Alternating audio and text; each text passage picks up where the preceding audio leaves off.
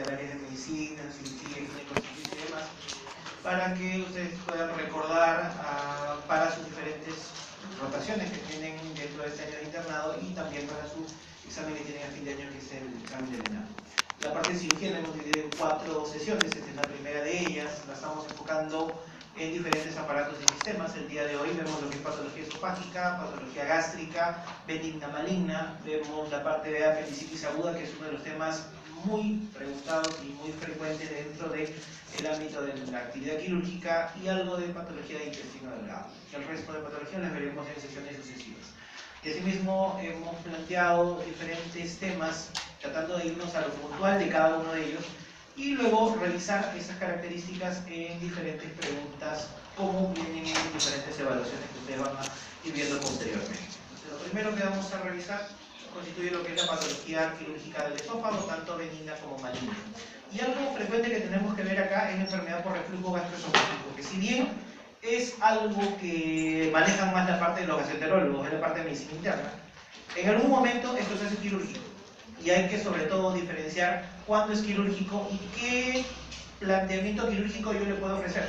Porque no todos los pacientes que van a tener reflujo van a ser tributarios solo de sus aplicaturas, o van a ser necesario también hacer algún tipo de resección quirúrgica más amplia. En este caso, recordemos un poquito de la enfermedad por reflujo gastroesofágico, es cuando la mucosa esofágica, que es una mucosa que no está preparada para la acidez gástrica, está expuesta por un tiempo muy prolongado a un pH menor a 4. Y esto condiciona alteraciones a nivel de la mucosa esofágica, llegando inclusive a la metaplasia intestinal, esófago de Barrett, y si esto no es controlado, si esto no es solucionado, el paciente puede terminar hasta en un cáncer de esófago. ¿Qué más tenemos que tener en cuenta? Esto es producido por el paso del contenido gástrico hacia el esófago. Recordemos que normalmente hay un esfínter esofágico inferior que se encarga de evitar este paso del contenido gástrico al esófago. Si existen condiciones en las cuales este esfínter esofágico inferior no está trabajando de forma adecuada, va a condicionar estos problemas. ¿Qué cosa puede estar causándolo? Que hay una alteración funcional de este esfínter esofágico inferior, que hay una relajación transitoria del mismo y que esto sea de forma prolongada. Incremento de la presión intraabdominal. Pacientes obesos, pacientes gestantes, también pueden condicionar aumento de la presión intraabdominal, y esto a su vez genera reflujo en los pacientes. Si el paciente tiene alteraciones anatómicas, hernias hiatales, sobre todo la hernia hiatal de tipo 1, estas son las que con más frecuencia se van a asociar a enfermedad por reflujo gastroesofágico. Los alimentos, que un paciente ingiera alimentos y que rápidamente se ponga en decúbito dorsal, favorece el reflujo. Si el paciente ingiere mucha cantidad de grasa, muchos chocolates, el esfínter esofágico inferior se va a relajar demasiado, también predispone al reflujo. Para ello debo recordar que existen signos típicos, atípicos y signos de alarma con respecto al reflujo. Síntomas típicos, el principal y el que ponen casi siempre en todas las preguntas: pirosis. No hay reflujo sin pirosis. Asimismo, sensación de regurgitación. El paciente siente que los alimentos van desde la boca del estómago hacia la región retroesternal y hacia la boca. Síntomas atípicos, que si bien no están relacionados con el tubo digestivo, también me pueden hacer sospechar que mi paciente tenga reflujo: tos, dolor torácico, asma, disfonía. ¿Y esto por qué?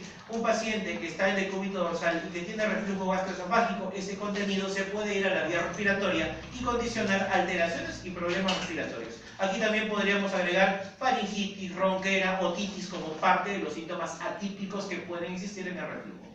Y también debo tener en cuenta signos de alarma. Si yo tengo un paciente que me refiere una historia de reflujo gastroesofágico, que me refiere pirosis de larga data, pero te dice que en algún momento comenzó a tener dificultad para pasar los alimentos, comenzó a ver odinofagia, comenzó a tener anemia, hemorragia digestiva, comenzó a bajar de peso, probablemente ya no esté solo ante un reflujo, sino ante una complicación del reflujo, que puede ser o una estenosis, o porque el paciente hizo reflujo, hizo esófago de Barrett y ahora tiene un cáncer de esófago.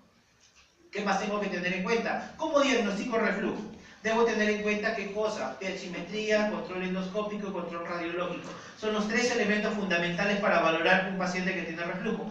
Cada uno de ellos me va a dar una información muy precisa. Por ejemplo, la pH-metría confirma el reflujo gastroesofágico patológico. Normalmente nosotros tenemos un poco de reflujo, que es algo fisiológico. Pero ¿cuál es la mejor forma para yo poder diagnosticar y decir: mira, efectivamente, mi paciente tiene reflujo gastroesofágico patológico? Es la pH-metría. En segundo lugar, diagnóstico endoscópico. El diagnóstico endoscópico, la endoscopía digestiva alta, no me sirve para confirmar reflujo. ¿La endoscopía para qué me sirve? Para confirmar las complicaciones que el paciente ya tuvo consecuencia de reflujo. Por ejemplo, un esófago de Barrett. Y eso lo voy a ver solo por endoscopía. Y asimismo, ¿la endoscopía para qué me sirve? Para tomarle biopsia, para confirmar la metaplasia intestinal o para confirmar un cáncer de esófago. Diagnóstico radiológico. Específicamente, una radiografía contrastada, esófago, estómago, duodeno. ¿Para qué me sirve este diagnóstico o esta evaluación radiológica? Para confirmar si mi paciente tiene o no tiene hernia hiatal. Porque como sabemos, la hernia hiatal es un factor de riesgo muy importante para el reflujo. Entonces, esos son los 3 elementos que yo debo tener para valorar estos tipos de pacientes. Si yo tengo un paciente que me viene con síntomas típicos, que tiene los estudios positivos para enfermedad de reflujo gastroesofágico, si esta es leve, lo puedo tratar con inhibidores de bomba de protones, lo puedo tratar con bloqueadores H2 y también lo puedo tratar con medidas higiénico-dietéticas. Una de las recomendaciones más significativas que se da es que se le dice que primero el paciente, luego de ingerir los alimentos, no se ponga en decúbito dorsal rápidamente, sino que lo haga pasadas 1 o 2 horas. Otra, elevación de la cabecera de la cama para prevenir el reflujo que se puede presentar en sentido horizontal. Si el paciente tiene reflujo gastroesofágico severo o grave, en el cual ya le hemos dado inhibidores de bomba, ya le hemos corregido las medidas higiénico-dietéticas, ya ha probado todo el tratamiento médico que se le puede dar reflujo, si es que no mejora, iremos al tratamiento quirúrgico. El tratamiento quirúrgico de elección, fundoplicaturas, las cuales pueden ser de 2 tipos, totales o parciales. Las fundoplicaturas totales, el mejor ejemplo, fundoplicatura de Nissen, 360 grados, tratamiento de elección para un paciente que tiene enfermedad por reflujo gastroesofágico. Pero así como existen totales, también existen parciales. Sus nombres son Toupet y Dor. Si bien las fundoplicaturas parciales habitualmente no se utilizan mucho en reflujo, sí se puede utilizar el reflujo bajo una condición. Si el paciente, aparte de reflujo, tiene alteración en la motilidad del esófago, si es un esófago que no se contrae de forma adecuada, esa sería la única indicación de hacer una fundoplicatura parcial en reflujo gastroesofágico. Por lo demás, este tipo de fundoplicaturas se asocian sobre todo en la miotomía de Heller. Recordemos, la miotomía de Heller es el tratamiento quirúrgico de elección de la acalasia, que ya vamos a ver más adelante. Con respecto a estas características, miremos, dice, ¿cuál es el tratamiento quirúrgico indicado en el paciente con reflujo gastroesofágico grave? Recordemos, reflujo gastroesofágico leve a moderado, tratamiento médico, medidas higiénico-dietéticas. Tratamiento de la enfermedad por reflujo gastroesofágico severo o grave es el tratamiento quirúrgico. Y el tratamiento quirúrgico tiene diferentes modalidades, miremos las alternativas. Dice vagotomía troncular. La vagotomía troncular, seccionar ambos vagos, ¿qué es lo que hace? Disminuye la secreción de ácido clorhídrico en el estómago. ¿Y esto para qué me serviría? Para tratar una úlcera péptica, pero no para tratar una enfermedad por reflujo gastroesofágico. Gastrectomía en manga. Su otro nombre, gastrectomía vertical. Se reseca toda la curvatura mayor del estómago. ¿Para qué hago una gastrectomía en manga o gastrectomía vertical? Para tratar la obesidad. Este es un ejemplo de la cirugía bariátrica. Y no me serviría para tratar reflujo. Luego dice banda gástrica. ¿Banda gástrica en qué consiste? Como su nombre lo indica, colocar una banda alrededor de toda la circunferencia del estómago. ¿Para qué? Para reducir su capacidad y de esa manera también reducir el peso del paciente. Por lo tanto, yo lo utilizaría en el tratamiento quirúrgico de la obesidad, más no para el reflujo gastroesofágico. Gastrectomía subtotal. Las gastrectomías actualmente se hacen sobre todo por patología maligna. Es decir, si mi paciente tiene cáncer gástrico, ahí le haría una gastrectomía. Gastrectomía parcial o gastrectomía total. Por lo tanto, la gastrectomía tampoco es un tratamiento para el reflujo gastroesofágico. ¿Qué es lo que haría? Le haría una fundoplicatura. Y estas fundoplicaturas pueden ser parciales o totales, como ya le comenté. Recordemos algo, hernias hiatales. Las hernias hiatales es factor sumamente frecuente asociado a la enfermedad por reflujo gastroesofágico. Es lo que yo debo descartar cuando un paciente me dice que tiene filosis. Debo hacerle su flechimetría, debo hacerle su radiografía esófago, estómago, duodeno, debo hacerle su endoscopía para confirmar o descartar el reflujo y también para ver si existe un problema anatómico asociado con una hernia hiatal. Las hernias hiatales es una protrusión anormal del estómago o de alguna otra víscera intraabdominal a través del hiato esofágico del diafragma. 4 tipos. Tipo 1, también llamada hernia por deslizamiento. Primero miremos esta imagen en la cual yo tengo la anatomía normal de la unión gastroesofágica. Hiato esofágico, unión gastroesofágica, esófago distal, cardias y estómago. Fondo gástrico, ángulo de Gis. En el caso de la hernia hiatal de tipo 1, la unión gastroesofágica que debería estar en el abdomen, ¿dónde se encuentra? Se encuentra en el tórax. Al encontrarse en el tórax, se pierde este ángulo formado entre el esófago y el fondo gástrico que se llama ángulo de His. Este ángulo de His, ¿qué es lo que hace? Cuando un paciente ingiere sus alimentos, cuando el estómago está lleno, el ángulo de His bloquea la unión gastroesofágica, por lo tanto previene el reflujo. Si yo tengo una hernia hiatal de tipo 1, la unión está en el esófago, la unión está en el tórax, y el ángulo de His está completamente deformado, esto favorece significativamente la presencia de reflujo en el paciente. Hernia de tipo 2, la unión gastroesofágica está ubicada en el abdomen, en su posición normal, y lo que ha pasado a través del hiato esofágico del diafragma es el fondo gástrico. Esto, si bien no es tan frecuente, pero sí tiene riesgo de encarcelación del elemento herniado, y esto puede potencialmente convertirse en un abdomen agudo químico. El grado 3 es una combinación de las dos anteriores. La unión gastroesofágica que debería estar en el abdomen, ahora está en el tórax, y a través del hiato esofágico también pasó parte del estómago.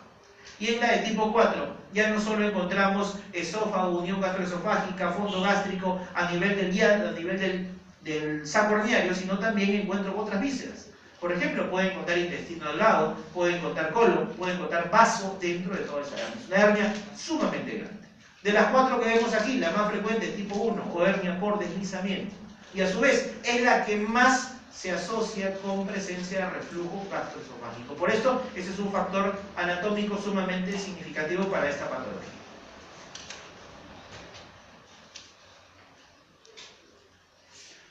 El tratamiento quirúrgico de la enfermedad por reflujo gastroesofágico es la llamada cirugía antirreflujo.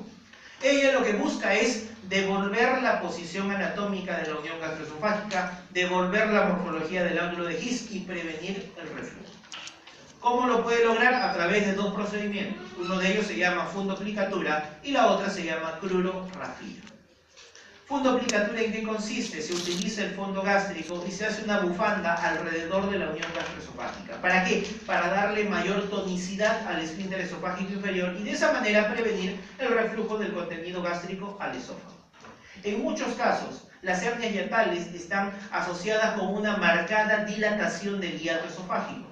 Si es que este hiato esofágico no lo suturo, no lo cierro, no le devuelvo su longitud y su tamaño normal, la fundoplicatura que yo le he realizado se puede pasar al tórax y el paciente tener muchos problemas.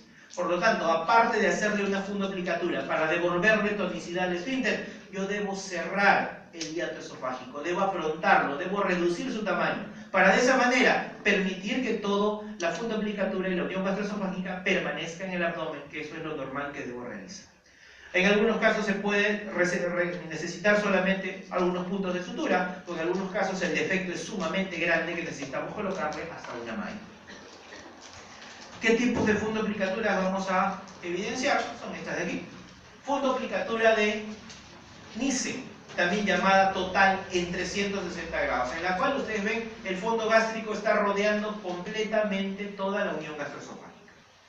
Este tipo de fundoplicaturas depende bastante de quien hace el procedimiento, porque puede quedar muy suelta, y si queda muy suelta, el paciente va a seguir teniendo reflujo, como puede quedar muy ajustada, que esto provocaría disfagia y dificultad para pasar los alimentos del esófago al estómago en el paciente. Es decir, quien hace la fundoplicatura de Nissen, tratamiento de elección para el reflujo, debe tener un plano intermedio para poder realizar este procedimiento, ni muy ajustada, ni muy suelta para que se obtengan los mejores resultados.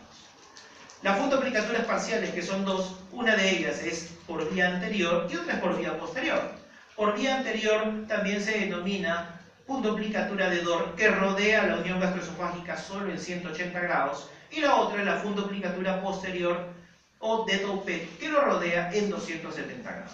Estas dos fundoplicaturas solo se utilizan en el reflujo si es que el paciente tiene alteración en la motilidad del esófago. Pero la mayoría de veces, fundoplicatura de Dor y Toupet, sobre todo se aplica en la acalasia, en el tratamiento quirúrgico de la acalasia, como lo vamos a ver más adelante. Si un paciente con reflujo gastroesofágico y que tiene pirosis, recordemos, la pirosis, ¿qué tipo de síntomas era que presentaba en el reflujo? ¿Típicos o atípicos o los de alarma? Obviamente los típicos, y es el principal. No hay reflujo sin pirosis. Discreto dolor retroesternal, también asociado al reflujo. El diagnóstico corresponde a una hernia hiatal. En relación con la frecuencia, qué tipo de hernia yatal me espero encontrar. Recuerden que muchas de las preguntas que ustedes van a ver en cirugía, en medicina, en clínica, en gineco, casi siempre te preguntan ¿cuál es lo más frecuente de tal cosa? En este caso, ¿cuántos tipos de hernia yatal existen? 4. De las cuales, ¿cuál es la más frecuente? La de tipo 1, también llamada por deslizamiento, y a su vez es la que más se asocia con reflujo gastroesofágico. Por lo tanto, la hernia de tipo 1, o también llamada por deslizamiento, ella es la más frecuente de todas. Pasamos a una segunda patología, es la acalasia. Y la acalasia está asociado con un trastorno principalmente funcional de la parte motora. ¿Cómo se define? Es una alteración en la motilidad esofágica causada por una disminución de tanto el número como del tamaño de las neuronas ubicadas en los plexos mientéricos. Miremos esta figura y aquí vemos el esófago, mucosa, submucosa, muscular, y recuerden que no hay serosa sino hay adventicia. El esófago, dos plexos, un plexo submucoso de Meissner y un plexo mientérico de Auerbach. ¿Qué sucede? Estos plexos, que normalmente constituyen la parte motora de la funcionalidad del esófago, se encuentran reducidos en número y en cantidad. ¿Y esto qué condiciona? Que el paciente tenga un esófago en el cual no se produzca una contracción adecuada, no hay un peristaltismo adecuado, no se abre el esfínter esofágico inferior. ¿Y esto qué cosa condiciona? Que toda la comida se queda ubicada en el esófago y no puede pasar al estómago. Esta alteración de la motilidad esofágica, ¿qué conlleva? Dilatación del cuerpo esofágico y un aumento del tono del esfínter esofágico inferior. Es decir, el esfínter esofágico inferior está cerrado. Y si está cerrado, ¿qué va a pasar con los alimentos? Todos se van a quedar en el esófago y no van a poder pasar hacia el estómago. Es decir, es lo contrario que encontraría en el reflujo. ¿Qué produce? Una falta de relajación del esfínter esofágico inferior, y esto progresivamente, miren lo que va a producir en el esófago. Va a comenzar a dilatarlo. ¿Qué vamos a encontrar? Dilatación proximal al esfínter esofágico inferior y cada vez más disminución de las ondas peristálticas esofágicas. Y esto, vean, puede ser de una dilatación muy leve hasta una dilatación marcadamente severa a nivel del cuerpo del esófago. El diagnóstico nos lo va a dar sobre todo este tipo de clínica. Primero, la disfagia. Aparte de ello, regurgitación, dolor a nivel del epigástrico, pérdida de peso. Recuerden que como todos los alimentos se quedan en el esófago, nada pasa al estómago, nada pasa al intestino delgado. Por lo tanto, el paciente comienza a bajar de peso. No porque no esté comiendo, sino porque estos alimentos no llegan al intestino delgado, no se absorben y el paciente disminuye progresivamente de peso. Puede haber hemorragia, puede haber halitosis, ¿sí? ¿Por qué? Recuerden que los alimentos van a estar ahí, no horas, van a estar ahí días, inclusive hasta semanas. Va a ocurrir una fermentación y eso va a provocar diversas sensaciones como la halitosis en el paciente. El diagnóstico puede ser diagnóstico radiológico. Igual, una radiografía de esófago, estómago, duodeno contrastado, como lo vemos acá. ¿Qué es lo que me va a indicar? Una dilatación del cuerpo esofágico con una estrechez distal en punta de lápiz o en pico de pájaro, como muchos lo describen de la parte radiológica de la acalasia. La endoscopía también la voy a utilizar en la acalasia, ¿cierto? ¿Para qué? Para descartar lesiones ocupativas. Recuerden que aquí, ¿cuál es el principal problema? Hay disfagia. Los alimentos no pasan del esófago al estómago. ¿Puede ser acalasia? Sí, pero también ¿qué cosa puede ser? Cáncer. Por lo tanto, yo debo descartar que no sea cáncer, porque los dos tienen tratamiento quirúrgico diferente. Si yo tengo un paciente con acalasia, lo trato como patología benigna. Si el paciente tiene cáncer de esófago, hay que hacer una resección mucho más agresiva. Ver la dilatación del cuerpo esofágico, ver la estenosis concéntrica a nivel del extremo distal del esófago y valorar la ausencia de ondas peristálticas. Y uno de los elementos muy importantes para valorar la acalasia y para estar seguros de que esto es un trastorno de la motilidad esofágica, manometría. Recuerden, enfermedad por reflujo gastroesofágico, lo que me da el diagnóstico, pHimetría. ¿Qué me da el diagnóstico acá? Manometría. La manometría, ¿qué cosa me va a describir? Aumento del tono del esfínter esofágico inferior 2 a 3 veces el valor a lo normal. ¿Y qué más? Relajación incompleta del esfínter esofágico inferior seguido a la deglución. ¿A qué se refiere esto? Cuando un paciente come, o cuando un paciente deglute alimentos o líquidos, ¿qué sucede? El esófago comienza a contraerse. ¿Para qué? Para hacer que el esfínter esofágico inferior se abra de forma transitoria y lo que tú has deglutido pase al estómago. Una vez que estos alimentos o los líquidos pasaron al estómago, el esfínter se cierra para prevenir el reflujo. Esto es lo normal. Pero ¿qué sucede en los pacientes que tienen acalasia? El paciente come, el paciente toma líquidos, el esófago primero no se contrae. y al no contraerse, el esfínter esofágico inferior, que está hipertónico, permanece cerrado. ¿Qué va a pasar? Todos los alimentos se van a quedar acumulados en el esófago y nunca van a pasar al estómago. Esto es lo que yo voy a encontrar en estos pacientes. ¿Se puede complicar un paciente que tiene acalasia? Sí. ¿Cuáles son esas complicaciones? Debido a todos los alimentos que están días, inclusive hasta semanas, dentro del esófago, va a haber irritación del esófago, va a haber esofagitis. ¿Qué más? Puede aspirarse. Recuerden que los alimentos se van a quedar ahí. El paciente comió hoy día y va a tener su misma comida de hoy, mañana, pasado mañana y el día siguiente. El paciente se va a dormir y cuando se duerme se pone el decúbito dorsal y todos esos alimentos se pueden ir a la vía respiratoria y el paciente desarrollar neumonía aspirativa. Recordemos que toda inflamación sobre alguna mucosa, sea del esófago, sea del estómago, ¿qué va a condicionar? Provoca cambios en la estructura celular. Provoca displasia, produce metaplasia y recuerden la displasia en qué termina. Termina en cáncer. Por lo tanto, un paciente que tiene esofagitis por mucho tiempo, el paciente puede llegar a tener cáncer de esófago. La acalasia, como ustedes ven, es un trastorno funcional. No hay fármacos, no hay cirugía que haga que esas neuronas vuelvan a crecer. Por lo tanto, la terapia en un paciente que tiene acalasia, ¿cuál es? Es una terapia paliativa, es decir, yo solo le voy a dar tratamiento para mejorar la clínica, para hacer que el paciente pueda deglutir mejor los alimentos, para que el paciente pueda alimentarse mejor, que no haga esofagitis y que no haga cáncer en el futuro. Por lo tanto, todos los tratamientos que yo voy a dar al paciente, sea farmacológico, sea endoscópico, sea quirúrgico, lo que buscan es disminuir la resistencia al flujo en el esfínter esofágico inferior. Comenzamos por la terapia médica o terapia farmacológica, que es lo que busca disminuir el tono del esfínter. ¿Qué fármacos voy a utilizar? Nitratos de acción prolongada, puedo utilizar bloqueadores de canales de calcio. ¿Con qué? Con el objetivo de buscar la relajación del esfínter. Y con esto llevar a que el paciente pueda mejorar su disfagia, mejorar su clínica, se pueda alimentar mejor y evolucione en lo posible de manera favorable. Pero no le puedo ofrecer este tipo de terapia a todos los pacientes que tienen acalasia. ¿En quiénes yo sí puedo utilizar los fármacos para tratar la acalasia? Uno, acalasia temprana con una disfagia muy leve. ¿Qué más? Mejorar el estado nutricional previo a la cirugía. Recuerden que estos pacientes ingieren los alimentos pero todos se quedan en el esófago y comienzan a bajar de peso, comienzan a tener hipoalbuminemia, comienzan a tener cierto grado de desnutrición. Idealmente hay que llevar a un paciente a cirugía en el mejor estado nutricional posible. Si es que yo sé que lo voy a operar, le puedo dar esa terapia para mejorar su alimentación, mejorar su clínica. Respuesta parcial luego de dilataciones o cirugía. Cuando no puedo operar o no puedo dilatar endoscópicamente al paciente, si no me queda otra alternativa, le daré fármacos. O cuando no hay respuesta a la toxina botulínica. Como ustedes ven, eficaces solo hasta un 70% de los casos. Luego tenemos la terapia endoscópica, que es el tratamiento inicial para un paciente que tiene acalasia. Yo diagnostico a un paciente que tiene acalasia, lo primero que le ofrezco es el tratamiento por vía endoscópica. Y el tratamiento por vía endoscópica está constituido por dos elementos. El primero de ellos, inyección intraesfintérica de la toxina botulínica. Esta inyección, ¿qué es lo que hace? Relaja el esfínter esofágico inferior. Si se relaja el esfínter esofágico inferior, ¿qué va a pasar con los alimentos? Van a pasar normalmente al estómago, el paciente se va a nutrir mejor y la clínica va a ir desapareciendo progresivamente. ¿Cuál es el problema? La inyección contra la toxina botulínica no dura para siempre. 3 a 6 meses el paciente vuelve a tener la misma clínica. Por lo tanto, ¿qué otra alternativa tendría?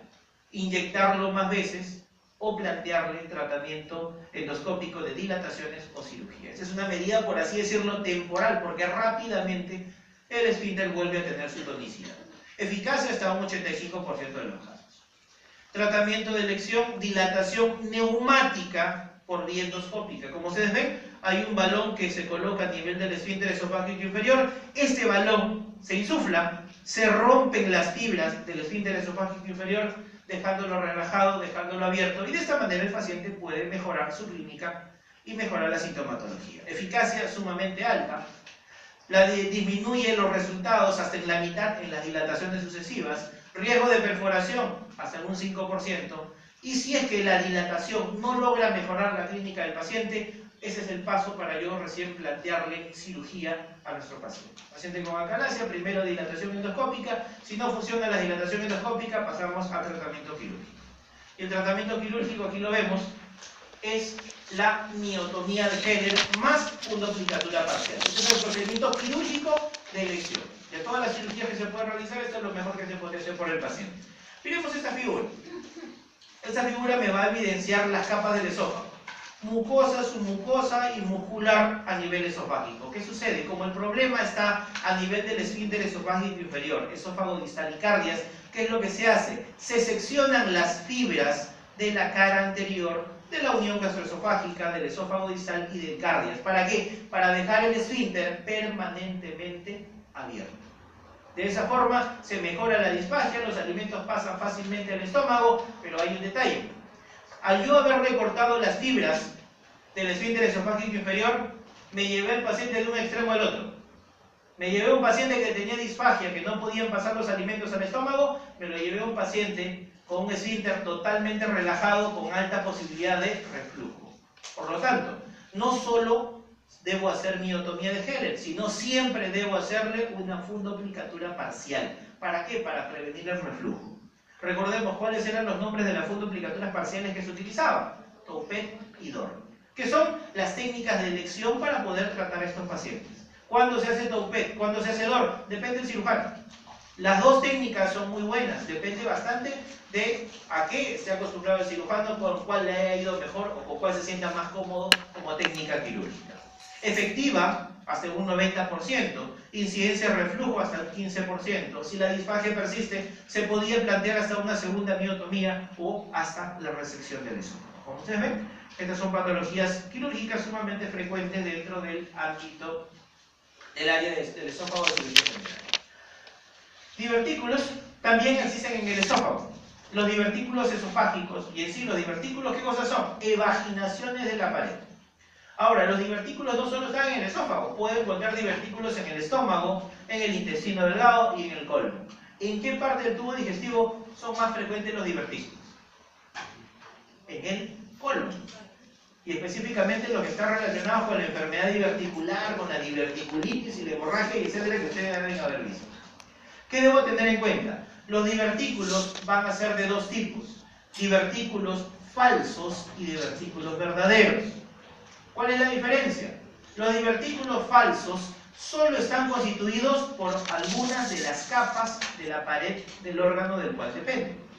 Específicamente algunos mucosa y submucosa, nada más. En cambio, los divertículos verdaderos están constituidos por todas las capas del órgano del cual depende. Los divertículos más conocidos, los que ustedes mencionaron, los que están en el sigmoides, de la enfermedad diverticular y la diverticulitis, ¿qué tipo de divertículos son? ¿Verdaderos o falsos? Y recuerden que eso lo vamos a ver más adelante.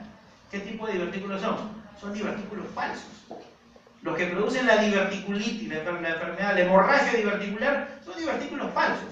Solo están constituidos por mucosa que se ha evaginado, que se ha herniado a través de algunos puntos débiles de la pared colónica. En el esófago también existen de los dos tipos. Divertículos falsos, o también llamados por pulsión, debido a un aumento de la presión intraluminal esofágica, va a haber herniación de mucosa y submucosa a través de unos puntos débiles de la pared. Los mejores ejemplos: divertículo Senker y divertículo epifrénico, es decir, en el tercio superior y en el tercio inferior del esófago.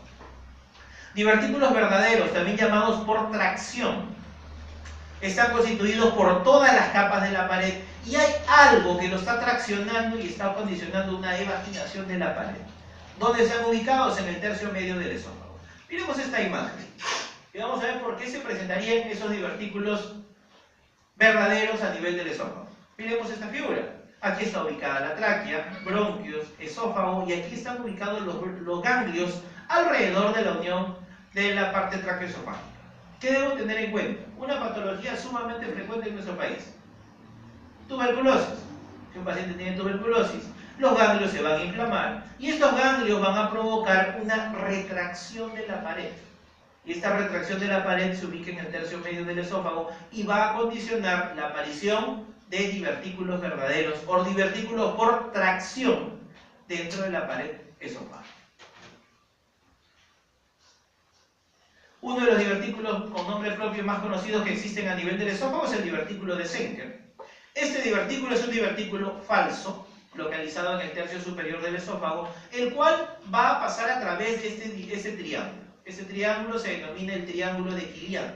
Ese triángulo de Killian va a estar delimitado por los músculos constrictores de la faringe y por el músculo cricofaringeo. Este es un punto débil de la pared a nivel de la unión faringoesofágica.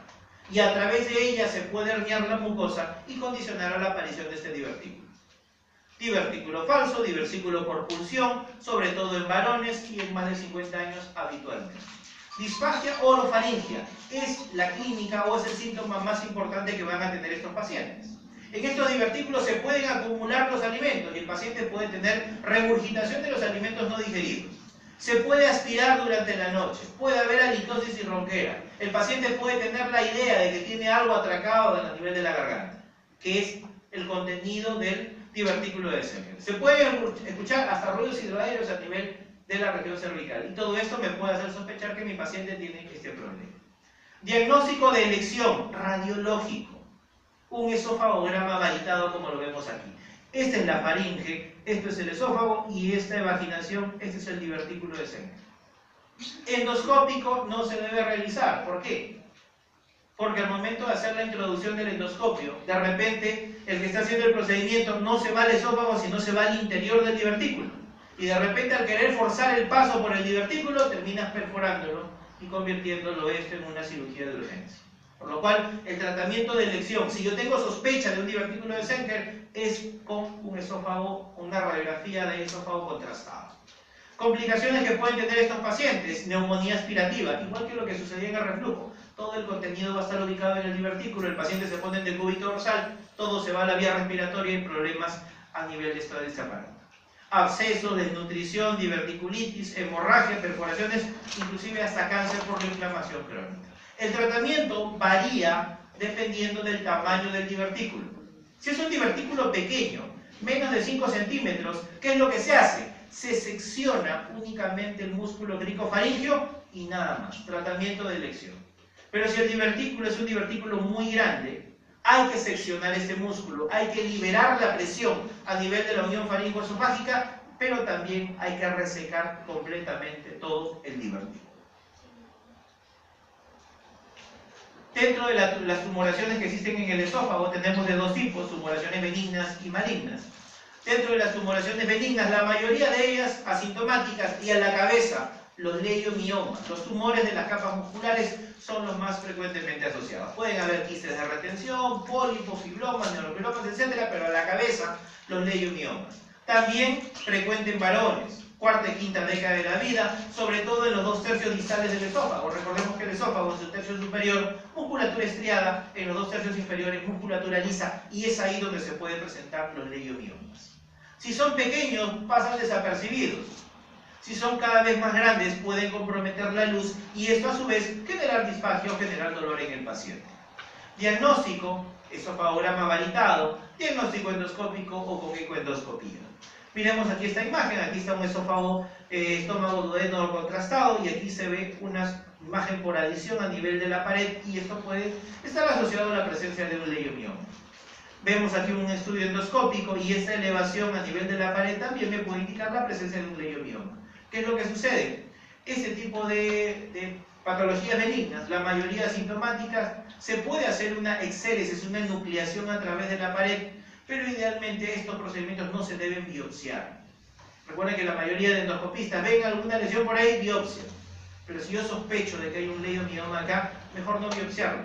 Porque si es que lo voy a operar, al momento de hacer la biopsia se puede adherir la mucosa al tumor y cuando hago la resección de la tumoración va a salir con un parche de mucosa y voy a terminar perforando el esófago. Por eso idealmente no se deben biopsiar este tipo de lesiones. Patología maligna del esófago. Dentro de la patología maligna del esófago, miren, la mayoría de ellas está circunscrita a 2, que son el carcinoma epidermoide y el adenocarcinoma. Existen otras variedades, pero sumamente infrecuentes. Y miren, este cuadrito aquí me ayuda bastante a resumir varias cosas. Por ejemplo, carcinoma epidermoide, adenocarcinoma. Si yo hago la diferencia varón-mujer, en el caso del carcinoma epidermoide, hay predominio del varón sobre la mujer, ¿cierto? Pero en el adenocarcinoma ya la diferencia es exagerada, de 15 a 1. Segunda característica, la raza, el carcinoma epidermoide, pacientes afroamericanos, adenocarcinoma, raza blanca. Localización, que también es sumamente importante. El carcinoma epidermoide localizado sobre todo en el tercio superior y más aún en el tercio medio del esófago. A diferencia del adenocarcinoma que se localiza en el tercio inferior del esófago. Factores de riesgo, un paciente para que tenga cáncer de esófago de tipo epidermoide, alcohol, tabaco, nitrosamidas. Lesiones premalignas asociadas.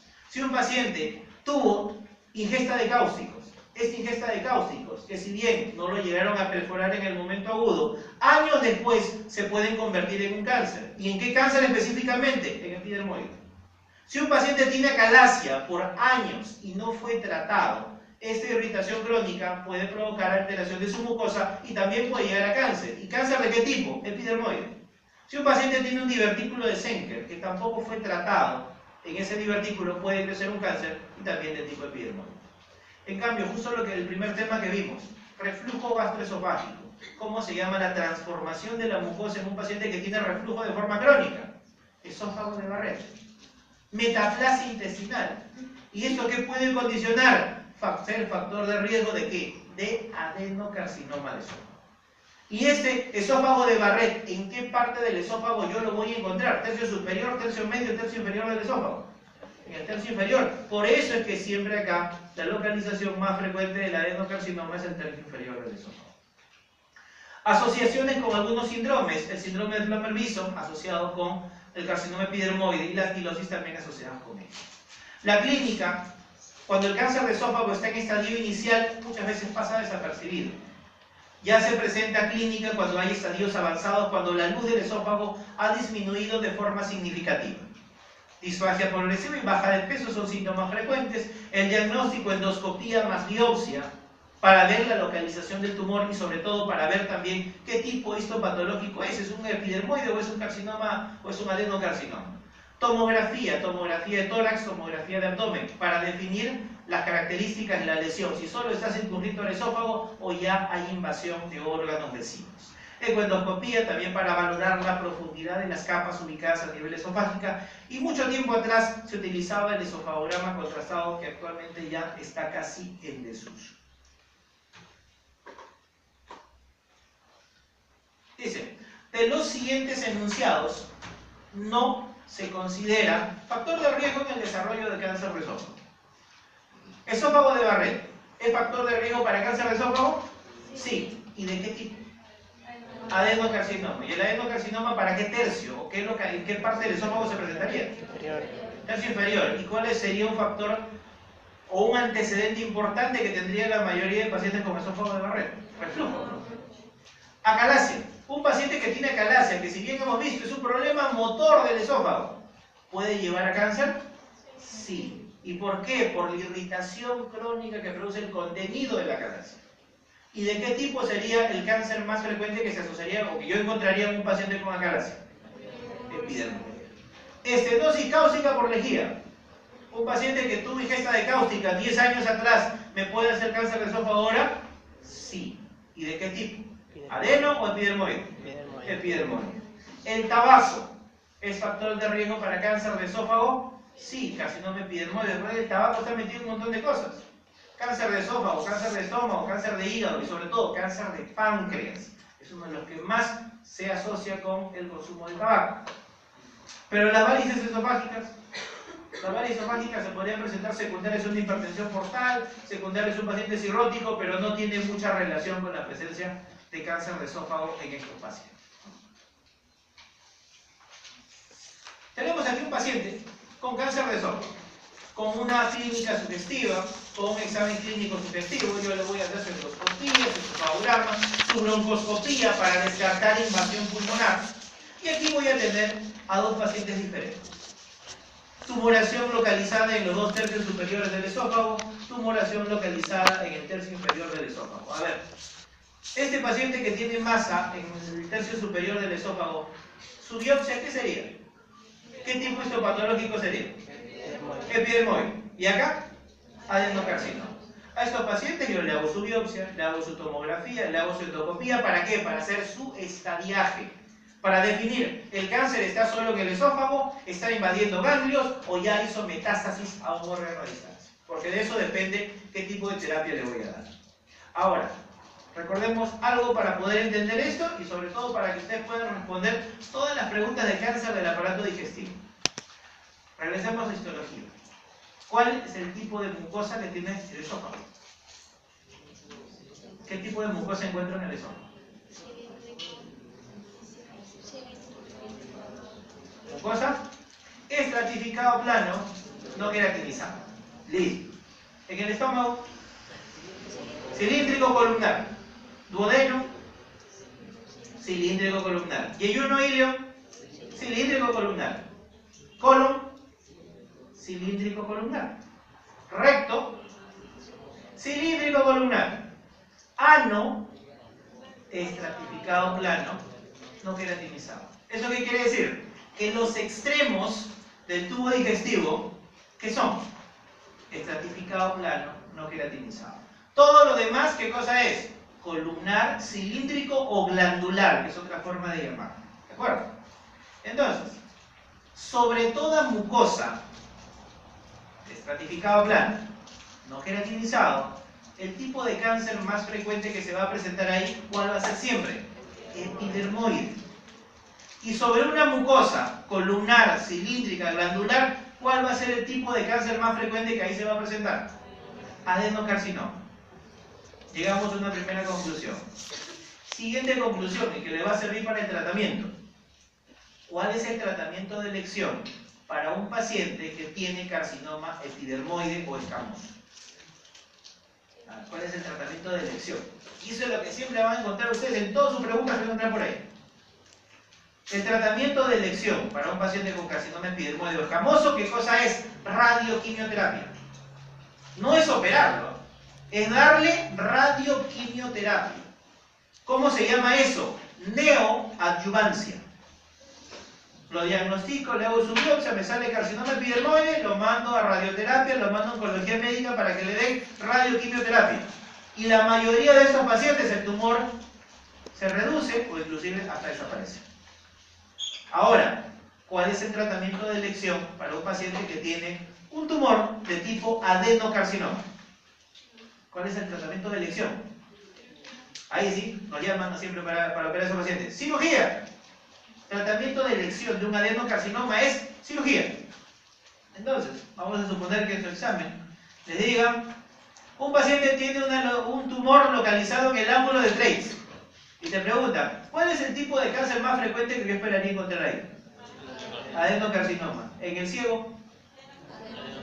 ¿En la unión yeyuno iliac? ¿En la unión recto-sigmoidea?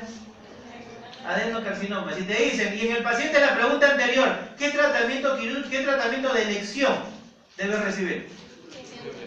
Cirugía, resección quirúrgica. Entonces, mira, ya tienes tipo histológico de todos los tumores, tratamiento que le voy a ofrecer a cada uno de ellos. Miremos acá la diapositiva. Más en el tercio superior del esófago, carcinoma epidermoide. ¿Cuál es el tratamiento de elección? Radioquimioterapia. Dependiendo de los resultados, a veces el tumor se reduce pero no desaparece y de ahí lo voy a tener que operar. Pero si se desaparece completamente ya no es necesario operar. En cambio, si un paciente tiene una masa en el tercio inferior del esófago, es decir, un adenocarcinoma, debo valorar, ¿mi paciente es resecable o no es resecable? ¿Por qué? Porque yo sé que el tratamiento de elección es la cirugía, pero la cirugía debe valorarse y en qué pacientes yo le voy a ofrecer cirugía. ¿A qué se define si el paciente tiene una lesión resecable? Que el tumor solo está circunscrito al esófago, que no hay metástasis a distancia, que de repente el tumor que está en el esófago no está agarrando aorta, no está agarrando bronquio, no está agarrando pulmón, porque si es eso ya no lo voy a poder ni siquiera operar. Si es que es una lesión solo circunscrita al esófago, le voy a hacer el tratamiento quirúrgico de elección, que es resección quirúrgica, voy a sacar quirúrgicamente el tumor. En cambio, si es no resecable, de repente es un paciente que tiene un tumor de esófago, pero que ya tiene metástasis en cerebro, tiene metástasis en hueso, tiene comprometido el diafragma, tiene agarrada la aorta, ese paciente no lo vamos a poder operar. Quizás le podremos ofrecer cirugía paliativa. ¿Y la cirugía paliativa en qué consiste? Mejorar la calidad de vida, mejorar los síntomas del paciente. Un paciente que tiene una lesión no resecable, yo podría intentar darle radioquimioterapia, a pesar de ser adenocarcinoma, pero Acá lo único que mejoraría es el tiempo de vida del paciente, no lo voy a curar. En cambio, la radioquimioterapia para un epidermoide, sí busca curar al paciente. Endoprótesis, ¿en qué consiste? Recuerden que el cáncer de esófago va creciendo y va reduciendo la luz del esófago. ¿Cuál va a ser un problema frecuente que van a tener estos pacientes? No van a poder comer, van a bajar de peso, se van a desnutrir y pueden morir por este problema. Entonces, si tengo un paciente que no lo voy a operar, no le puedo ofrecer cirugía curativa a este paciente, le puedo colocar una prótesis a nivel del tumor. Esta prótesis aumenta la luz del esófago y el paciente va a poder comer los meses que le quedan de vida. ¿Cuál es el problema? Esa prótesis en nuestro país no hay. Tienen que importarla y es sumamente cara.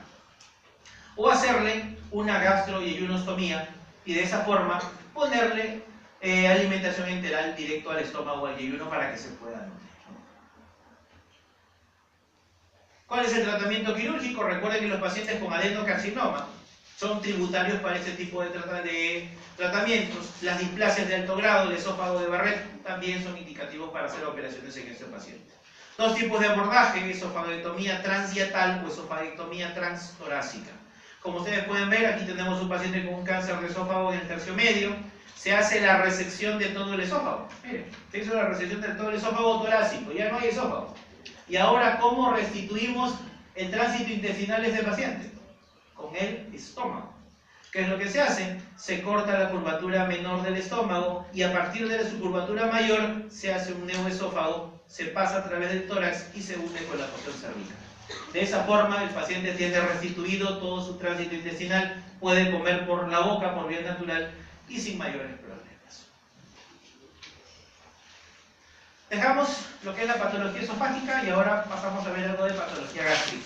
Y aquí nos enfocamos en dos puntos bien críticos. Una es la patología benigna, que es la úlcera péptica, sobre la cual también hay un montón de preguntas.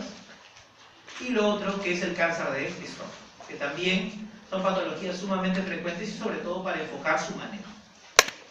Dentro de la patología gástrica benigna tenemos a la úlcera péptica. Y recuerden que las úlceras pépticas constituyen lesiones sobre la mucosa gastroduodenal, porque no es solo una patología ubicada en el estómago, sino también ubicada en el duodeno. Las ulceraciones se consideran este tipo de lesiones cuando sobrepasan las musculares mucosae. Y la mayoría de los casos, ¿por qué se produce una enfermedad úlcera péptica? A la cabeza, infección por el Helicobacter pylori. Es lo más frecuente como parte de la etiología de la enfermedad úlcero-péptica, tanto gástrica como duodenal. Segundo lugar, los sinus. Luego, Zollinger-Ellison. ¿Qué era el Zollinger-Ellison? El Zollinger-Ellison es un tumor pancreático de tipo gastrinoma que produce un exceso de gastrina y esto estimula a las células parietales gástricas a que produzcan más ácido clorhídrico.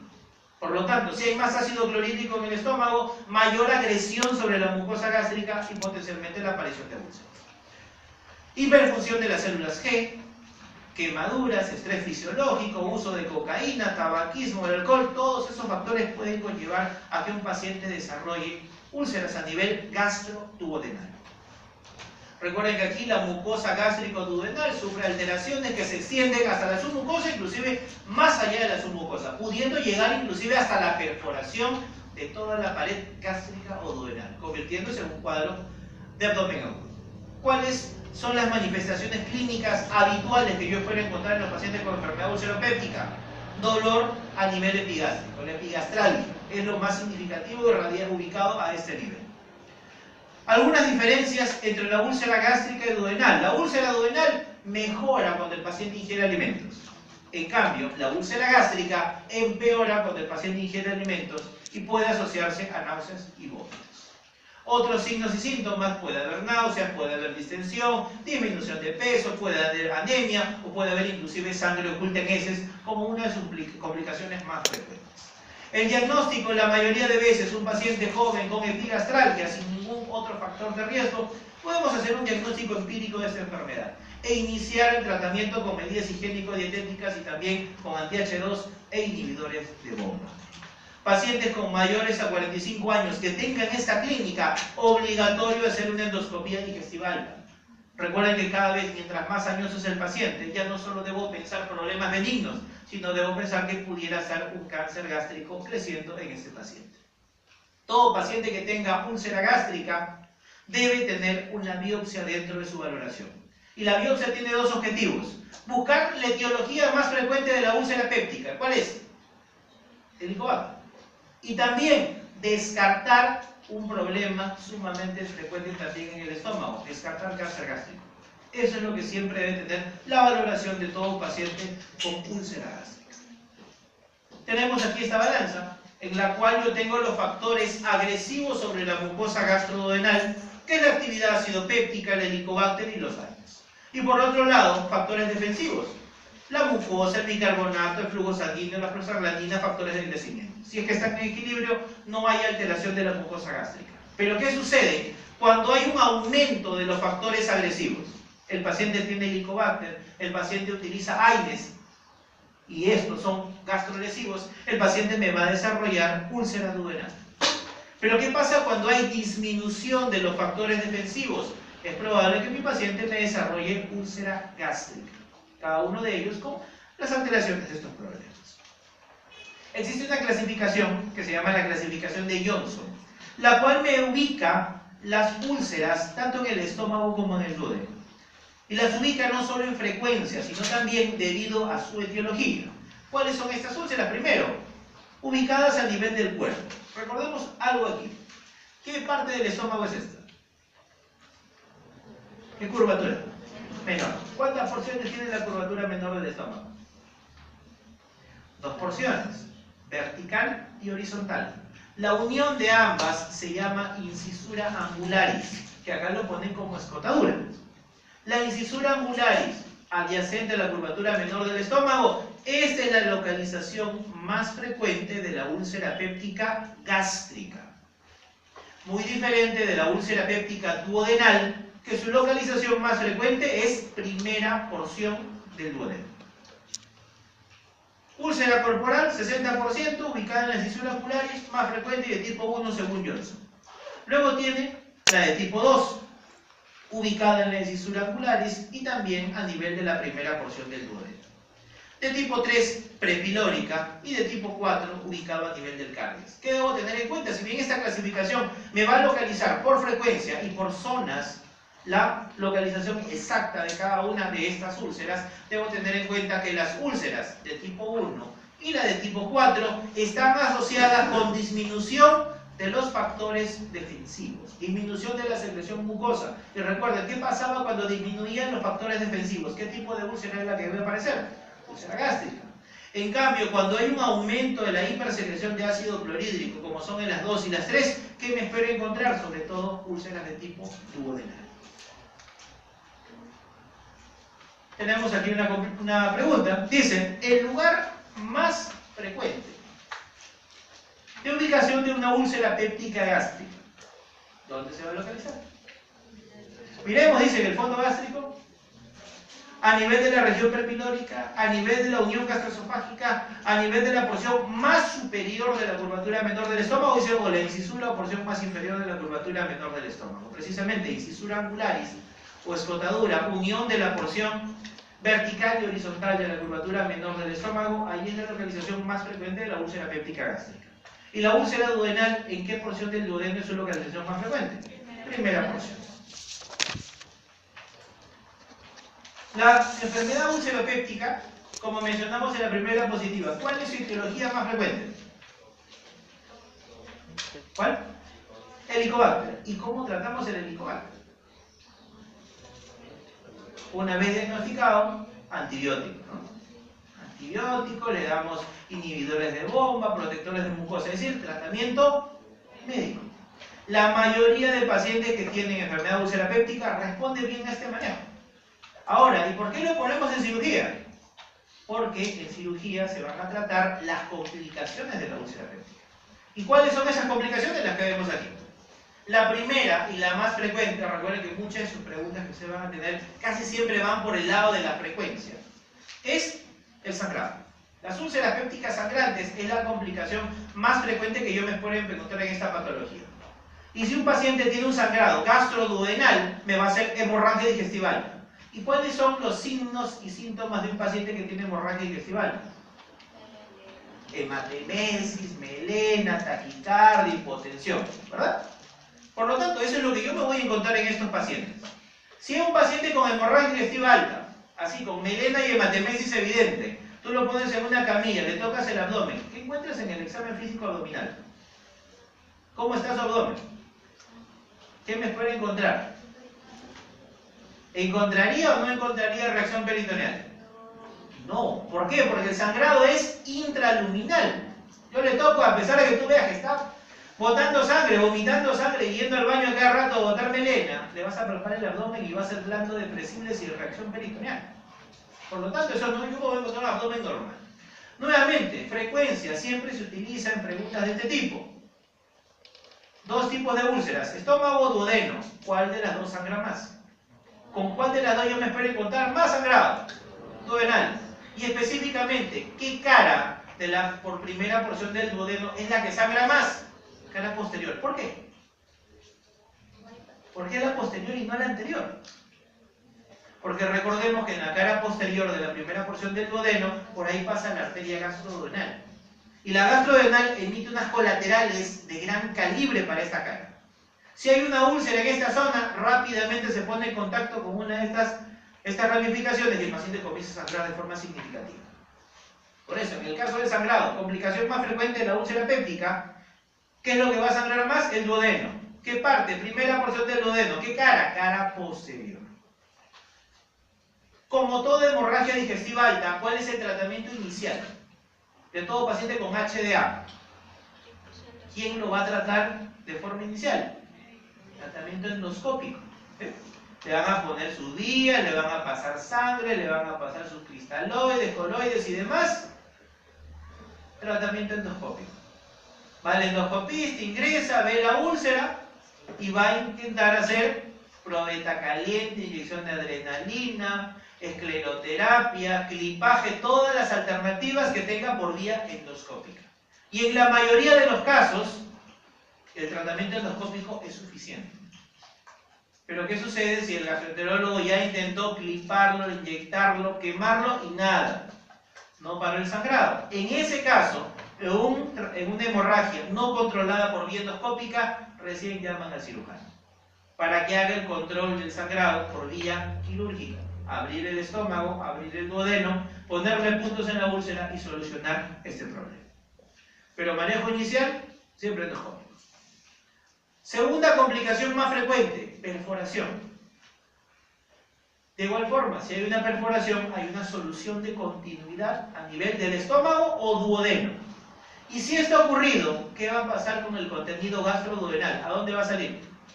A cavidad. ¿Y qué me espera encontrar en un paciente con perforación?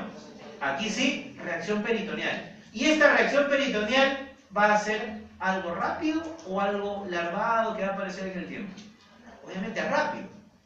¿Por qué? Porque recuerden que al estar abierto rápidamente sale el contenido intestinal, produce peritonitis química y esto genera claros signos de abdomen agudo. Muy diferente en una apendicitis, que la apendicitis recién va a tener claros signos de abdomen agudo al tercer, cuarto día, segundo, tercer, cuarto día, cuando ya ha habido reacción peritoneal o ha habido una inflamación muy significativa. ¿Qué debo tener en cuenta? De igual forma, ¿qué es lo que más se perfora? ¿El estómago o duodeno? El duodeno. Y acá miren, ¿qué cara sobre todo? La cara anterior. Vean las diferencias, miren, hemorragia para cara posterior, perforación para cara anterior. Si hay alguna perforación de alguna víscera hueca intraabdominal, aparte de salir el contenido, aparte de salir la saliva, el jugo gástrico, la secreción duodenal, ¿qué más va a salir? Aire. Por lo tanto, ¿qué cosa voy a encontrar también en cavidad abdominal?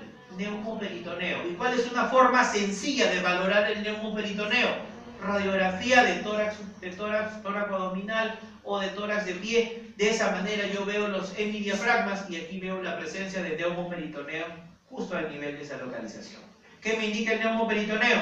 Me indica perforación de víscera hueca. Si tengo un paciente con antecedente de úlcera péptica que tiene abdomen en tabla y que tiene esta radiografía, tenemos ya claro el diagnóstico de que nuestro paciente tiene una perforación. ¿Cuál es el tratamiento de elección para un paciente que tiene una perforación de víscera hueca? Como esta, por ejemplo, cirugía. Hay que entrar a reparar y cerrar ese defecto. Tercera complicación de las úlceras pépticas. Todos están aquí en orden de frecuencia. Obstrucción. La obstrucción puede ser de dos tipos. Puede ser obstrucción aguda o obstrucción crónica. Obstrucción aguda, ¿por qué? Un paciente que tiene una úlcera y esta úlcera recién acaba de aparecer, puede formarse tejido inflamatorio alrededor. La úlcera puede condicionar edema de la región prepilórica o de la región duodenal, y al hacer edema, ¿qué va a pasar con la luz? La va a reducir. Y al reducir la luz gastroduodenal, el paciente va a tener claros signos de obstrucción digestiva alta. El paciente va a comer, va a ingerir alimentos y va a vomitarlos rápidamente. Y la otra es la obstrucción crónica. Cuando un paciente ha tenido una úlcera péptica y esta úlcera ha cicatrizado, la fibrosis de esa cicatriz, ¿qué puede hacer? Puede hacer que la luz se estreche de forma significativa y esto también condiciona un cuadro obstructivo. ¿Cuál es el detalle? En una obstrucción crónica, aparte de yo pensar que esto es algo benigno, siempre debo tomarle su muestra de biopsia. ¿Por qué? Porque esta retracción, esta fibrosis también podría ser ¿qué cosa? Podría ser un cáncer, ¿no? Siempre debemos tener una biopsia antes de tratar a estos pacientes. Y la última es la penetración, complicación si bien menos frecuente, pero que también se puede encontrar en estos casos. La penetración es cuando una úlcera ha abarcado toda la pared gastroduodenal y ha invadido algún órgano vecino. El órgano vecino más frecuentemente comprometido es el páncreas, generando sobre todo dolor y pancreatitis en estos casos, sin apertura de cavidad y por lo tanto sin peritonitis. Todas ellas complicaciones frecuentes en la úlcera péptica. La úlcera péptica, ¿dónde se perfora más? ¿Cuál de las dos se lesiona más? ¿El estómago o el duodeno? Duodeno. Si era sangrado, ¿qué pared del duodeno era la más importante? Pared posterior. Y si es perforación, ¿qué es lo que me pide acá? La anterior. Dice, varón de 40 años con antecedente de úlcera péptica, úlcera duodenal previa, ya nos dicen inclusive cuál es el punto, aparentemente curado, presenta plenitud postprandial, regurgitaciones y pirosis. Últimamente su vómito es fétido, contiene alimentos retenidos y ha bajado de peso. 40 años, antecedente de úlcera péptica duodenal y aparentemente curado. Cuando una úlcera cicatriza, cuando una úlcera cura, ¿qué puede pasar? Puede estrechar la zona donde está ubicada. Y acá me dicen, tiene plenitud postprandial o llenura precoz. Aparte dice, vómitos de tipo fétido, contiene alimentos retenidos y ha bajado de peso, es decir, hay algo que está impidiendo el paso de los alimentos del estómago hacia la parte distal del tubo digestivo. Con este antecedente, ¿qué pensaría? Dice, úlcera gástrica, cáncer gástrico, cáncer de duodeno, estenosis cicatrizal, leiomioma pediculado. De todas ellas, ¿cuál sería más significativo para este paciente? Primero, ponen cáncer gástrico. El cáncer gástrico puede estar localizado en el fondo, en el cuerpo y en el ánimo. De todas esas localizaciones, ¿cuál me daría una clínica sugestiva? El que está ubicado en la parte distal del estómago. Pero al ponerte cáncer gástrico, y eso recuérdenlo para cualquier tipo de preguntas, es una alternativa abierta. Si acá me pusieran cáncer gástrico antral o prepilórico, esa sí podría ser una respuesta. Por eso es que no le han colocado el sentido para no mezclar las alternativas. Úlceras gástricas. Las úlceras gástricas, sobre todo, ¿dónde están localizadas?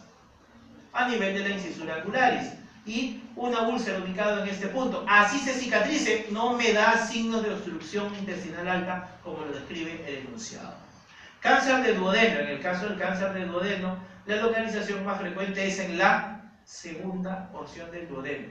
Y si está ubicado en la segunda porción del duodeno, vamos a tener dificultad en los alimentos, pero aquí tendríamos residuo o vómitos biliosos, los cuales no se presentan.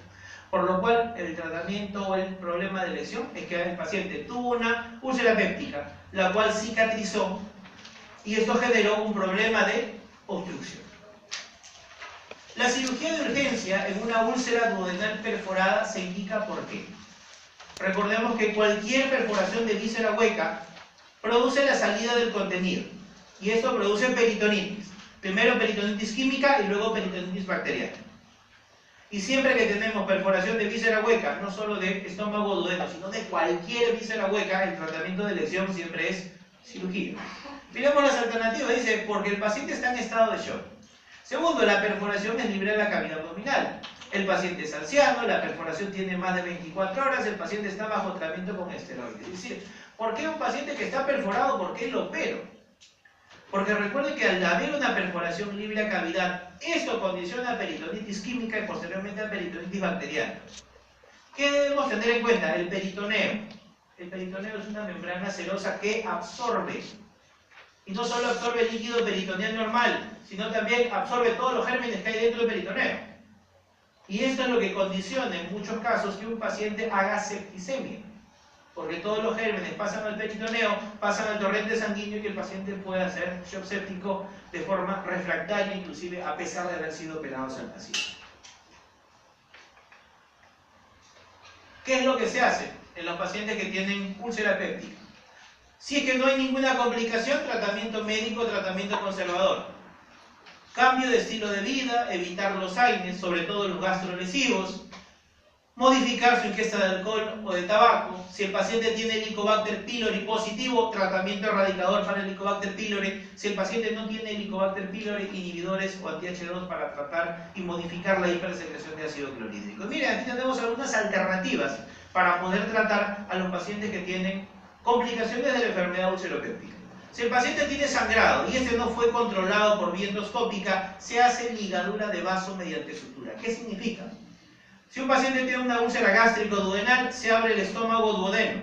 Se identifica la úlcera y se le pone un punto hemostático, un punto transfixiante en la úlcera. Y eso es suficiente. ¿Qué debo tener en cuenta? Aparte de ello, también se le puede asociar vagotomías, aparte de ello, también se puede hacer resección de la úlcera. En el caso de las diferencias del sangrado, ¿qué debo tener en cuenta? Puede sangrar una úlcera gástrico-duodenal. ¿Cuál sangrado con más frecuencia? La duodenal. Pero cuando se hace el tratamiento quirúrgico en sangrado de una úlcera duodenal versus una gástrica, hay algo adicional que siempre se hace. Si el paciente tiene una úlcera duodenal sangrante, solo se liga el vaso.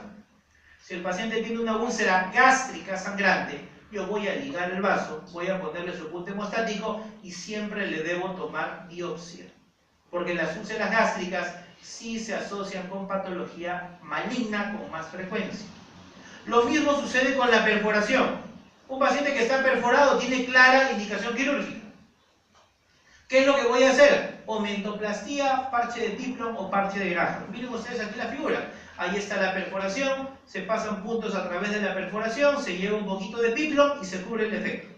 Omentoplastía, parche de Piplon, parche de Graham. Si es úlcera duodenal perforada, solo parche de Piplon. Si es úlcera gástrica perforada, parche de Piplon más biopsia. Porque de repente, esa úlcera gástrica es un cáncer. Y si es un cáncer, el tratamiento y el pronóstico del paciente también varía de forma significativa. En el caso de la obstrucción, si era una obstrucción aguda, solo por edema, solo por inflamación alrededor de la úlcera, inhibidores de bomba, sonda nasogástrica, reposición hidroelectrolítica, endoscopía y biopsia de la lesión. Si es una obstrucción crónica y se trata de una úlcera duodenal benigna, vagotomía ultraselectiva más una gastroyeyunostomía como la podemos ver ahí. Si es una úlcera gástrica de tipo 2 o de tipo 3, vagotomía troncular, antrectomía y resección o reconstrucción de tipo Billroth 1 o Billroth 2. ¿A qué se refieren estas Billroth 1 y 2? Miremos acá, se hizo la resección del antro. Para hacer una Billroth siempre hay que resecar el antro. Y en el caso de la Billroth 1, anastomosis entre el estómago y el duodeno. En el caso de la Billroth 2, anastomosis entre el estómago remanente y el yeyul. Como ustedes ven, aquí hay dos asas que llegan a la anastomosis, un asa aferente y un asa eferente. Si no hay respuesta al tratamiento, verificar si el tratamiento que hemos iniciado está acorde a lo que tiene el paciente, o en algunos casos vagotomía ultraselectiva. Dice, varón de 30 años, con dolor abdominal continuo desde hace 6 horas, luego de esfuerzo físico. Antecedentes de úlcera péptica. Examen físico, paciente diaforético, quejumbroso, abdomen plano y tenso. Con dolor difuso en el abdomen superior. Bloomer positivo, ruidos silvarios disminuidos. Primero, hasta aquí, ¿cuál sería el diagnóstico que tiene el paciente? ¿Qué es lo que tendría el paciente? ¿Cuál sería su diagnóstico? Abdomen agudo quirúrgico. ¿Y cuál sería la etiología de ese abdomen agudo quirúrgico? Una probable úlcera péptica perforada. Signo de Bloomberg. ¿Qué es el signo de Bloomberg? El signo de Bloomberg solo es dolor a la descompresión en fosa ilíaca derecha. ¿Es signo patognomónico de apendicitis? No. Esto solo me dice que hay algo que está irritando el peritoneo de esta zona. ¿Que puede ser apendicitis? Sí, pero que puede ser cualquier tipo de peritonitis que esté ubicada en ese nivel. Ruidos y duelos disminuidos. ¿Qué me dice? Íleo. ¿Y esto qué se traduce? Si hay algo que esté irritando. Hay peritonitis, el intestino va a ser íleo. Abdomen tenso, abdomen doloroso, signos de irritación peritoneal. Y si yo tengo un paciente con antecedente de úlcera péptica, con dolor de pocas horas y que rápidamente está peritoneal, ¿qué cosa ha pasado? Algo se ha perforado. Una úlcera péptica perforada. ¿Cuáles se perforaban con más frecuencia? ¿Duodenales o gástricas? Duodenales. ¿De qué cara? Anterior. Pero acá la pregunta no va enfocada al diagnóstico, al diagnóstico de la enfermedad, sino me dice, ¿cuál es el examen auxiliar que yo utilizaría de preferencia para poder confirmar mi diagnóstico? Dice radiografía de abdomen simple, ecografía abdominal, radiografía de esófago, estómago, duodeno, tomografía, resonancia magnética. ¿Cuál sería? Miramos de abajo hacia arriba. Resonancia. La resonancia es buena para ver tumores hepáticos, para ver vías biliares, para ver partes blandas. Y habitualmente no se hace en emergencia. Es el examen que no se hace en emergencia, es un examen de forma electiva. Segundo, dice tomografía. La tomografía abdominal con contraste es muy buena para ver procesos inflamatorios abdominales. La tomografía me ve líquido libre, me ve signos de irritación peritoneal, signos de inflamación de la grasa abdominal, me puede ver neumoperitoneo, me puede identificar inclusive la zona de la perforación. Pero ¿cuál es el problema con la tomografía? Primero, toma tiempo. Demora por lo menos 40 a 1 hora, porque hay que colocarle contraste, luego revelar las placas, movilizar al paciente, y si está en estado muy crítico, no es lo ideal movilizar. ¿Qué más? Tiene que estar estable. ¿Qué más? Le administras contraste, y al administrar contraste, el paciente pudiera hacer una reacción alérgica. ¿Qué más? ¿Cuánto cuesta una tomografía de los que están en MINSA? ¿Cuánto cuesta una tomografía? Una tomografía abdominopélvica con contraste. 600, 650, 700 soles, ¿no? Eso te cuesta. En cambio, ¿cuánto cuesta una radiografía? 20 soles. ¿Cuánto te tomó hacer la radiografía? Lo llevas, lo pones al paciente, le tomaron y ya está el resultado. Entonces, como ustedes ven, la radiografía, ¿qué es lo que me va a indicar? Neumoperitoneo. Si yo tengo esta clínica y tengo una radiografía que me dice neumoperitoneo, perforación de víscera hueca, por lo tanto tengo el diagnóstico de abdomen agudo quirúrgico. Y si hay antecedente de úlcera péptica, puede ser hasta una úlcera péptica perforada. Por lo tanto, con esto yo ya tengo rápidamente el diagnóstico. No he invadido mucho al paciente, no le he puesto contraste, no he necesitado mucho tiempo.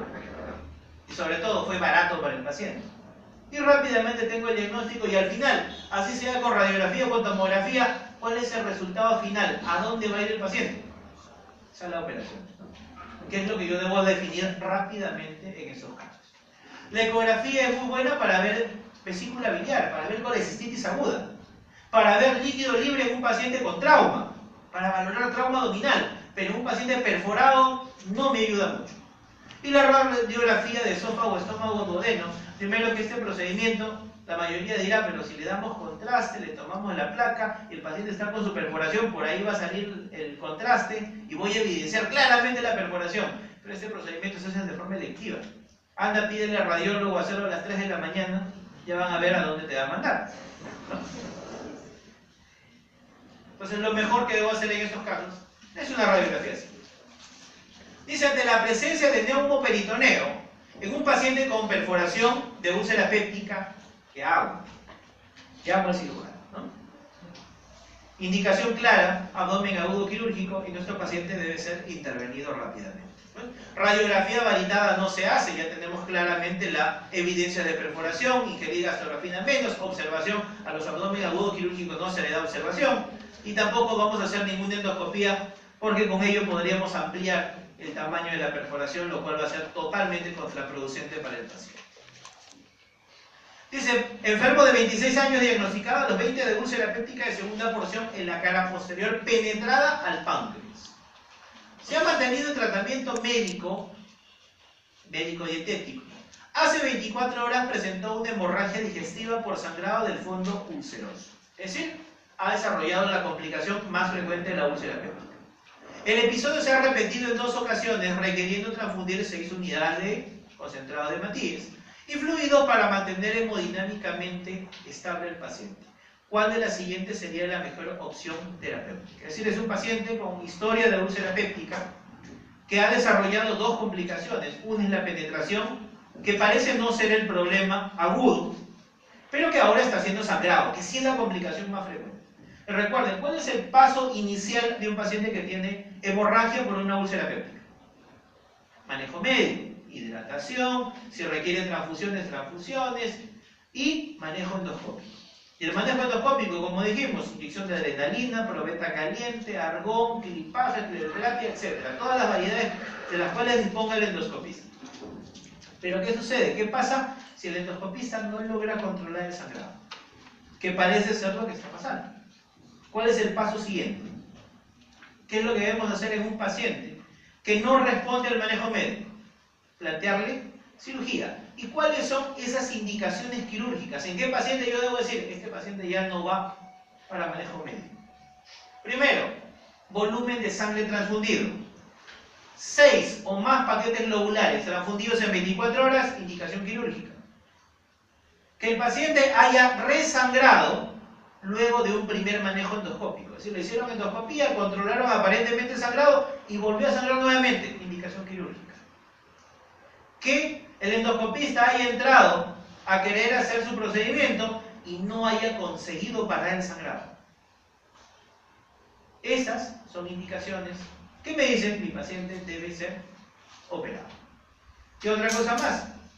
Que le estés transfundiendo sangre y tu paciente sigue inestable, sigue chocado, también indicación de esa, de que sea operado. ¿Qué otra indicación más? ¿Qué pasa si el paciente tiene ese problema y aquí le pusieran pues testigo de Jehová? Testigo de Jehová que no te acepta ni una gota de sangre, ni siquiera un parche de sangre, nada. Este paciente no vamos a esperar a que llegue 1 de hemoglobina. Si vemos que el tratamiento endoscópico no funcionó, inmediatamente sale a operaciones. Entonces, miren, dice, episodio se ha repetido en 2 ocasiones, requiriendo 6 unidades. Y dentro de esas 6 unidades nos dicen qué es lo que debo hacer por el paciente. Dice 1, dieta absoluta y administración de omeprazol intravenoso. Dieta absoluta, ¿qué cosa es? Es el famoso NPO. Nada por vía oral y omeprazol intravenoso. Esto sería para una hemorragia digestiva leve que ha sido controlada por vía endoscópica. Administración de omeprazol intravenoso y escleroterapia de vasos sangrantes. Aparentemente ya le hicieron esto al procedimiento y el paciente no ha mejorado. Gastrectomía de los 2/3, exclusión de venal y gastroyevinostomía de tipo Pilrot 2. Ahora, si un paciente ha requerido más de 6 paquetes lobulares, ¿cómo estaría su hemodinámica? ¿Estaría estable? ¿Estaría descompensado? ¿Estaría con tendencia a la hipotensión? Obviamente el paciente está cada vez yéndose a la hipotensión, yéndose al shock hipovolémico. Un concepto, sobre todo para los manejos de emergencia.